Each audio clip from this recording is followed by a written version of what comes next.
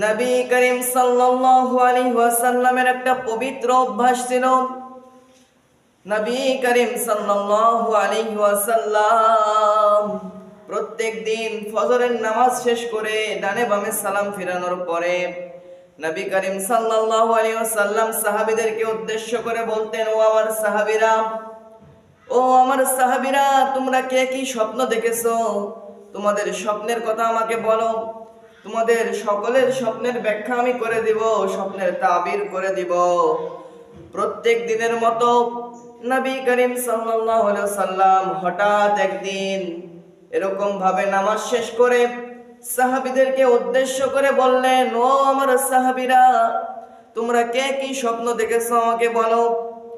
সাহাবীরা সকলে মিলে জবাব দিচ্ছে, ইয়া রাসূলুল্লাহ, ইয়া হাবিবাল্লাহ, আমরা তো কেউই স্বপ্ন দেখি নাই আজকে।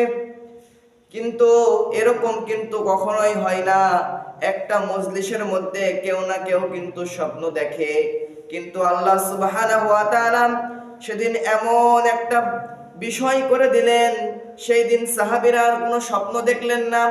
কারণ সেই রাতের বেলা নবী করিম সাল্লাল্লাহু আলাইহি ওয়াসাল্লাম অনেক বড় একটা স্বপ্ন দেখেছেন, যেই স্বপ্নের কথা খুলে বলতে গেলে অনেক সময় লেগে যাবে।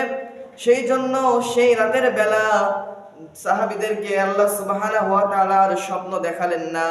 কারণ সেই দিন আল্লাহ সুবহানাহু ওয়া তাআলা সাহাবীদেরকে স্বপ্ন দেখালেন না, কারণ নবী করিম সাল্লাল্লাহু আলাইহি ওয়াসাল্লামের স্বপ্নটা ছিল অনেক বড়।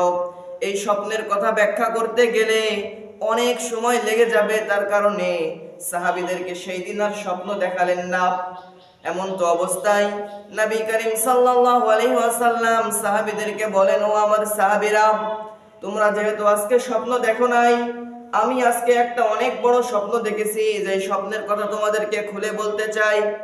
স্বপ্নটা হলো, আমি যখন ঘুমাচ্ছিলাম আমার স্বপ্নের মধ্যে দুইটা ব্যক্তি আসলো। দুইটা ব্যক্তি এসে দুই পার থেকে আমাকে ধরে নিয়ে গেল।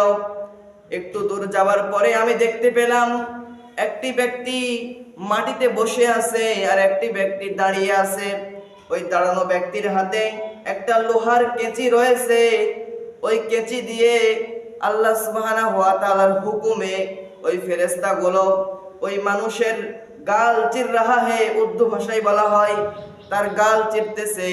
আল্লাহ সুবহানাহু ওয়া তাআলা কুরআনুল কারীমের মধ্যে বলেন, লা ইয়ামুতু ফিহা ওয়া লা ইয়াহইয়া, যারা জাহান্নামের মধ্যে যাবে তারা মরবেও না, তারা বাঁচবেও না, তাদেরকে একাধার শাস্তি দিতে থাকা হবে।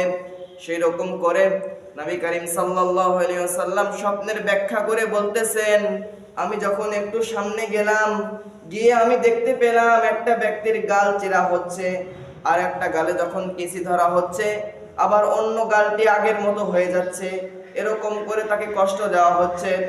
এখন নবী করিম সাল্লাল্লাহু আলাইহি ওয়াসাল্লাম বলেন, আমি সেই দুই ব্যক্তিকে জিজ্ঞাসা করলাম, হে ব্যক্তি, এই ব্যক্তিকে কি জন্য এত শাস্তি দেওয়া হচ্ছে, তার কি অপরাধ, তিনি কি দুনিয়াতে থাকতে কি অপরাধ করেছে যার কারণে তাকে এত শাস্তি দেওয়া হচ্ছে?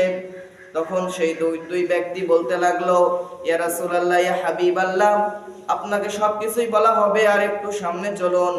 আর একটু সামনে যখন গেল, যাবার পরে নবী করিম সাল্লাল্লাহু আলাইহি ওয়াসাল্লাম লক্ষ্য করে দেখলো একটা ব্যক্তি জমিনে শুয়ে আছে, আর একটা ব্যক্তির হাতে বিশাল আকারের একটা পাথর। এই পাথর নিয়ে ওই শুয়ে থাকা ব্যক্তির মাথায় মারতেছে। ওই পাথর লাগার পরে ডব খেয়ে দূরে চলে যাচ্ছে, মাথাগুলো তছনছ হয়ে যাচ্ছে, মাথাগুলো গলে গলে রক্ত পুঁজ বের হয়ে যাচ্ছে। বলুন নাউজুবিল্লাহ। এরকম ভাবে জাহান্নামের আযাব যখন দেওয়া হচ্ছে, নবী করিম সাল্লাল্লাহু আলাইহি ওয়াসাল্লাম দ্বিতীয়বার আবারও জিজ্ঞাসা করলেন, এই ব্যক্তি কি এমন পাপ করেছে, কি এমন অপরাধ করেছে যার কারণে এই ব্যক্তিকে এত শাস্তি দেওয়া হচ্ছে? ওই দুই ব্যক্তি বলল, আপনি আর একটু সামনে চলুন, আপনাকে সব খুলে বলা হবে।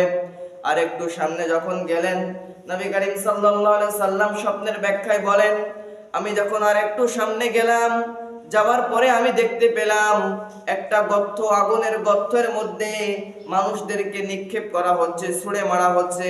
মানুষগুলো হাউমাউ করে চিৎকার চেঁচামেচি করছে। আমি তখন জিজ্ঞাসা করলাম, কি এমন অপরাধ করেছে তারা যার কারণে তাদেরকে এমন শাস্তি দেওয়া হচ্ছে? তখন সেই দুই ব্যক্তি অন্য কোনো ব্যক্তি ছিল না, ওই ব্যক্তিগুলো ছিল আল্লাহ সুবহানাহু ওয়া তাআলার হুকুমের গোলাম ফেরেশতা। বলুন সুবহানাল্লাহ। এই ফেরেশতাদেরকে যখন বলা হলো, নবী করিম সাল্লাল্লাহু আলাইহি ওয়াসাল্লাম যখন ফেরেশতাদেরকে জিজ্ঞাসা করলেন এই তিনজন ব্যক্তিকে কি জন্য শাস্তি দেওয়া হচ্ছে, কি অপরাধ ছিল তাদের, এমন তো অবস্থায় সেই ফেরেশতা দুটি নবী করিম সাল্লাল্লাহু আলাইহি ওয়াসাল্লামকে বিষয়গুলো খুলে বললেন ইয়া রাসূলুল্লাহ, ইয়া হাবিবাল্লাহ, আপনি প্রথমে যে ব্যক্তিটাকে দেখলেন তার গাল চেরা হচ্ছিল কেঁচি দিয়ে, লোহার কেঁচি দিয়ে গাল চেরা হচ্ছিল, ওই ব্যক্তিটা দুনিয়াতে থাকা অবস্থায় মিথ্যাবাদী ছিল। ওই ব্যক্তি মিথ্যা কথা বলতো, মিথ্যা কথা বলে মানুষকে মিথ্যার জালে ফাঁসিয়ে দিত। বলুন নাউজুবিল্লাহ। ওই মিথ্যা কথা বলার জন্য ওই ব্যক্তি মিথ্যাবাদী ছিল দুনিয়াতে থাকা অবস্থায়, সেই জন্য তাকে এরকম শাস্তি দেওয়া হচ্ছে।